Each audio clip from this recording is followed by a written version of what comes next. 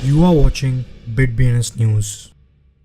Hello नमस्कार। हम दुनिया भर से क्रिप्टो न्यूज को यहाँ पर कवर कर रहे हैं। ये आपको क्रिप्टो के बारे में नॉलेज और क्रिप्टो की दुनिया में एजुकेट होने में मदद करेगा और साथ ही में क्रिप्टो के सारे अपडेट्स प्राप्त करने में भी आपकी मदद करेगा। विशेष रूप से न्यू क्रिप्टो ट्रेडर्स न्यूज को देखकर खुद को एजुकेट कर सकते हैं। हम किसी को कोई कॉइन सजेस्ट नहीं कर रहे हैं, हम बस क्रिप्टो दुनिया में होने वाले अपडेट्स बता रहे हैं। आज की हेडलाइंस, 70% अमेरिकी क्रिप्टो होल्डर्स ने 2021 में क्रिप्टो में इन्वेस्ट करना शुरू किया। रिपोर्ट, शिबा इनु की वेल्स के बीच सबसे बड़ी होल्डिंग एफटीटी टोकन द्वारा आश्चर्यचकित रूप से छीन ली गई। शिब ने कॉइन मार्केट कैप पर 3 फेक कॉन्ट्रैक्ट एड्रेसेस को लिस्ट करने का आरोप लगाया जो अनसेफ है। ओपनसी ने 1 मिलियन एक्टिव यूजर वॉलेट्स का माइलस्टोन पार किया। एक ही दिन में लगभग 20,000 ETH बर्न किए गए जो कि एक नया ऑल टाइम हाई बन गया है।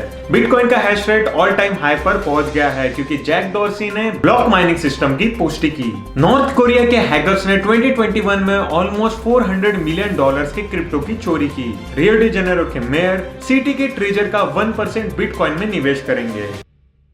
नए सर्वे के अनुसार यूनाइटेड स्टेट्स में क्रिप्टो करेंसी ओनर्स की वास्ट मेजोरिटी ने पिछले साल पहली बार क्रिप्टो में इन्वेस्ट किया। हुओबी ग्रुप द्वारा क्रिप्टो प्रिस्क्रिप्शन रिपोर्ट 2022 के अनुसार यूएस में 70% क्रिप्टो होल्डर्स ने 2021 में पहली बार बिटकॉइन जैसे क्रिप्टो करेंसी में इन्वेस्ट किया। Shiba Inu well level accounts में सबसे बड़ी होल्डिंग के रूप में फर्स्ट प्लेस लूज कर दी है क्योंकि FTX token well stash tracker पर फर्स्ट पोजीशन पर पहुंच गया है, जिसमें 1000 सबसे बड़े इथेरियम वॉलेट्स पर $1.63 बिलियन के FTX टोकन्स है। शिबा इनु के ऑफिशियल ट्विटर अकाउंट ने 14 जनवरी को प्लेटफॉर्म के माध्यम से कॉइन मार्केट कैप पर फेक शिप टोकन कॉन्ट्रैक्ट्स की लिस्ट को एड्रेस करते हुए एक स्टेटमेंट जारी किया। डेवलपमेंट टीम ने ट्विटर पर एक फॉर्मल नोटिफिकेशन जारी की जिसमें यूजर्स को कॉइन मार्केट कैप पर लिस्टेड शिबा इनु शिप के लिए 3 फेक कॉन्ट्रैक्ट एड्रेसेस के अस्तित्व के बारे में सचेत किया। जाहिर है सभी तीनों एड्रेसेस BEP20, सोलाना और टेरा इनवैलिड है और इन्हें किसी भी प्रकार से यूज किया जाना नहीं चाहिए। Non fungible token NFT market place platform OpenSea नए साल के दौरान इंप्रेस करना जारी रखता है।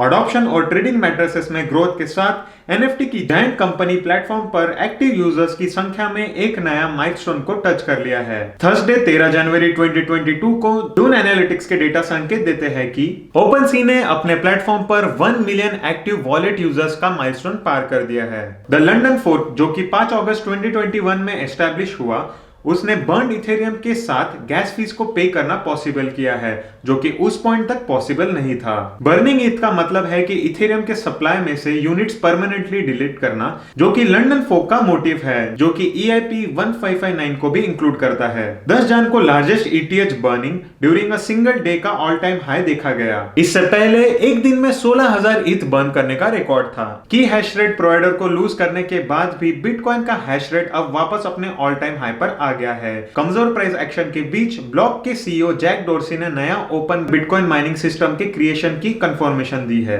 ग्लासनोड के द्वारा दिए गए डेटा के अनुसार $42,000 के प्राइस रेंज में रहते हुए हैश रेट 215 मिलियन टेरा हैश पर सेकंड पर था। बिटकॉइन एनालिसिस फर्म चेनालिसिस के अनुसार अलग अलग एक्सचेंजेस पर किए गए 7 अटैक्स में नॉर्थ कोरियन हैकर्स ने $400 मिलियन से भी ज्यादा स्टील किए हैं। 2021 में अटैक्स की संख्या 4 से बढ़कर 7 हो गई है। 2020 नोटोरियस नॉर्थ कोरियन हैकर्स के लिए बहुत अच्छा साल रहा है। रियो डी जेनेरो के मेयर एरोडो पियास ने इंटेंड किया है कि वो सिटी के ट्रेजरी का 1% बिटकॉइन में इन्वेस्ट करेंगे।